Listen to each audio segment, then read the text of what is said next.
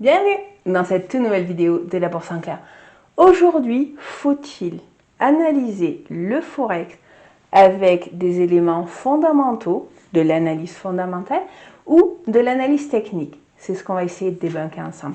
Comme chaque fois, avant de commencer, n'hésitez pas à me faire part de vos remarques, de vos questions, de vos commentaires, juste en dessous. Dans la barre des commentaires, si ces vidéos vous plaisent, pensez à vous abonner, ça me fait toujours énormément plaisir. Bon, je pense qu'on peut y aller. Allez, c'est parti!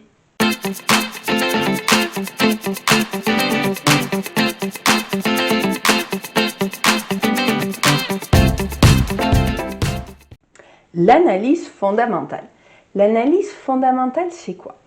D'un point de vue hyper généraliste, ce sont tous les éléments économiques, que ce soit un marché en particulier, par exemple pour les actions, le marché lié à l'entreprise, que ce soit l'aspect managérial.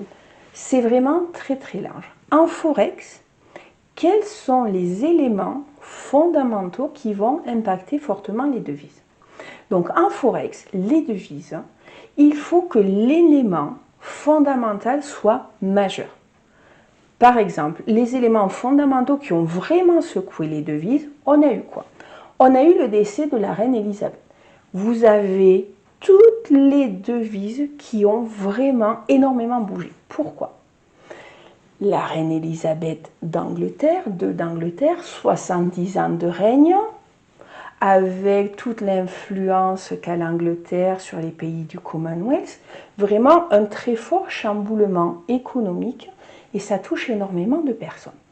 Les autres éléments fondamentaux qui ont réellement impacté les devises, qu'est-ce qu'on a eu? On a eu le Covid. 7 milliards de personnes mises sous confinement, on peut comprendre que ça a eu un impact sur les devises. L'autre élément fondamental qui a eu un impact sur les devises, ça a été la guerre en Ukraine, le déclenchement de la guerre en Ukraine. Pourquoi? Zone économique très riche qui a la guerre juste à ses frontières. Forcément, chamboulement. Donc d'un point de vue fondamental, tout ce qui va toucher les paires de devises, ce sont des événements très très forts. C'est des événements généralement dont vous entendrez parler dans les médias mainstream. Les autres éléments qui vont directement impacter les paires de devises, ça va être quoi? Ça va être la BCE par exemple, la Fed, la Banque du Japon, la Banque d'Angleterre, parce que ça touche directement les monnaies. Quand vous avez la BCE qui dit, moi je vais augmenter mon taux, forcément ça va se répercuter sur l'euro. Quand vous avez la Fed qui dit, on va augmenter les taux d'intérêt, forcément ça va avoir un impact sur le dollar. Et il faut garder à l'esprit que le dollar influence non pas seulement les Américains, mais toute l'économie mondiale. Jusqu'à preuve du contraire, la majorité des transactions, pour ne pas dire toutes, sont faites en dollars. Il y a l'Arabie Saoudite qui a essayé de commencer à accepter les paiements en yuan. On verra ce que ça va donner. Mais donc, d'un point de vue fondamental, on voit que ce qui va impacter le marché du Forex, ça va être de très gros mouvements, des événements majeurs, un virus, un décès, une guerre. Ça va impacter le Forex. Des décisions qui touchent directement la monnaie, que ce soit des décisions de la BCE ou de la Fed. Ces infos, quand vous travaillez le Forex, c'est des infos qu'il vous faut regarder. Mais une augmentation de taux, ce n'est pas quelque chose qui va se décider comme ça parce que le président de la Banque centrale ou la présidente de la Banque centrale a décidé ce matin qu'elle allait augmenter les taux. Non, c'est des choses qui sont prévues. Donc d'un point de vue fondamental, le Forex n'est pas réellement impacté par du fondamental quotidien, que ce soit il y a un peu plus de chômage au Portugal, il y en a un petit peu moins en Angleterre, ça ne va pas spécialement impacter. Ce qui va vraiment impacter le Forex d'un point de vue fondamental, ce sont les événements majeurs qui vont toucher des centaines de millions de personnes.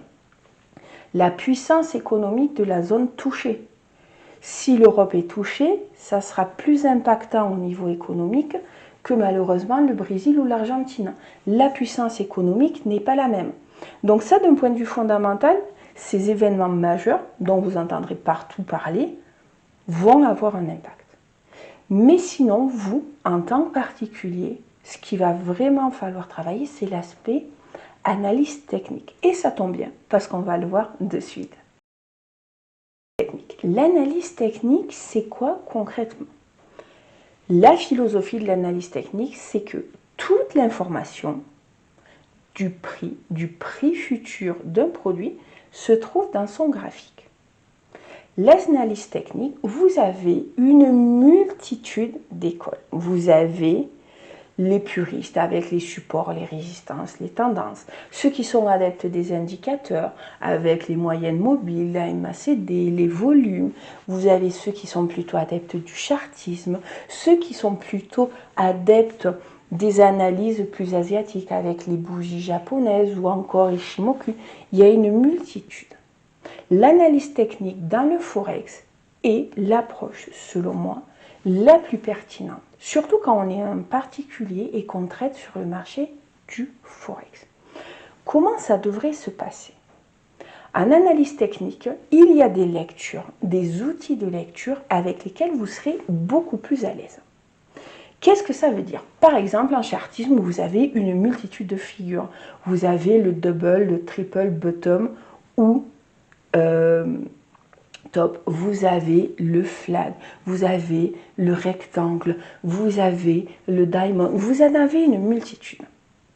Quand vous vous intéressez par exemple au chartisme, prenons l'exemple suivant, vous savez super bien lire le flag.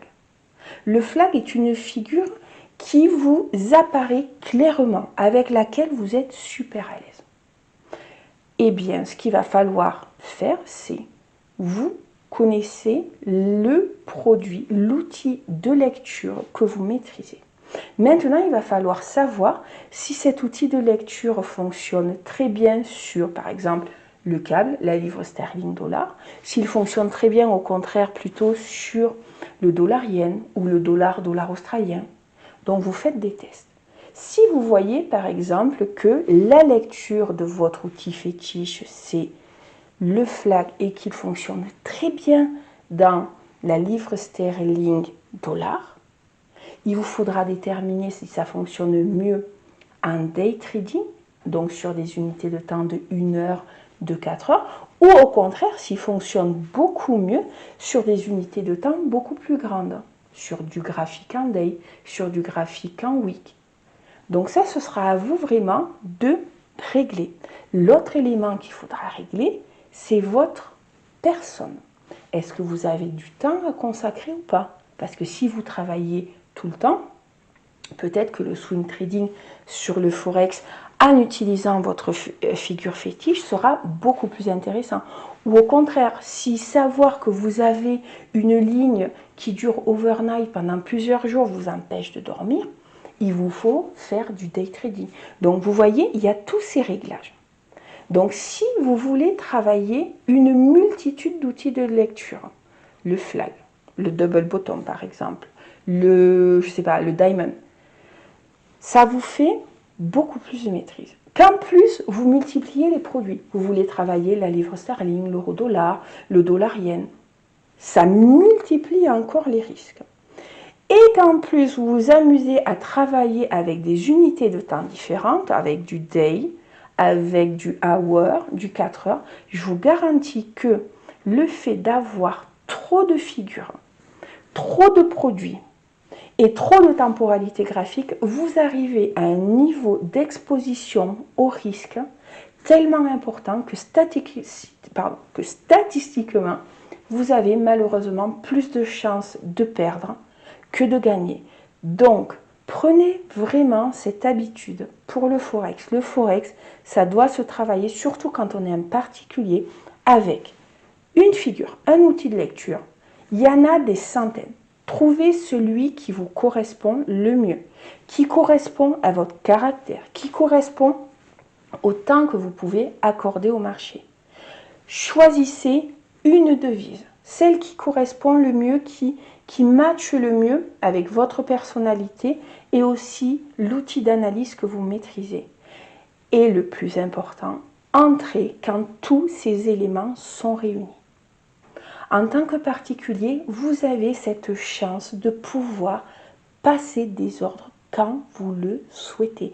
Vous n'avez pas une obligation à passer tant d'ordres par jour. Profitez de ça pour rentrer uniquement quand tous les vents vous sont favorables.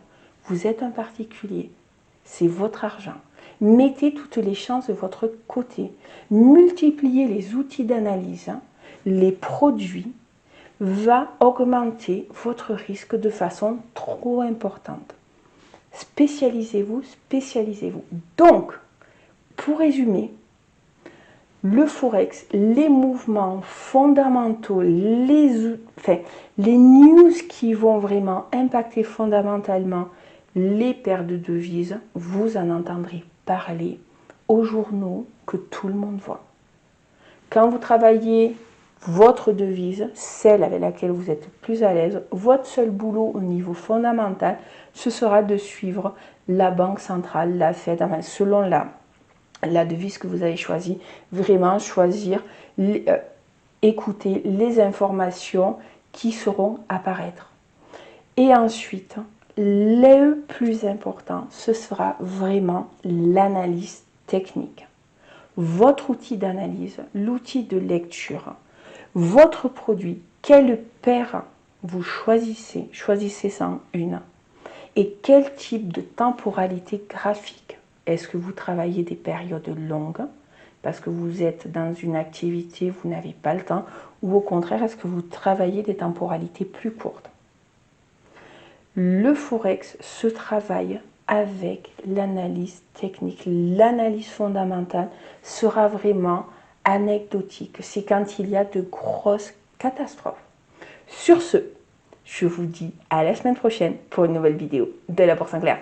Ciao, ciao!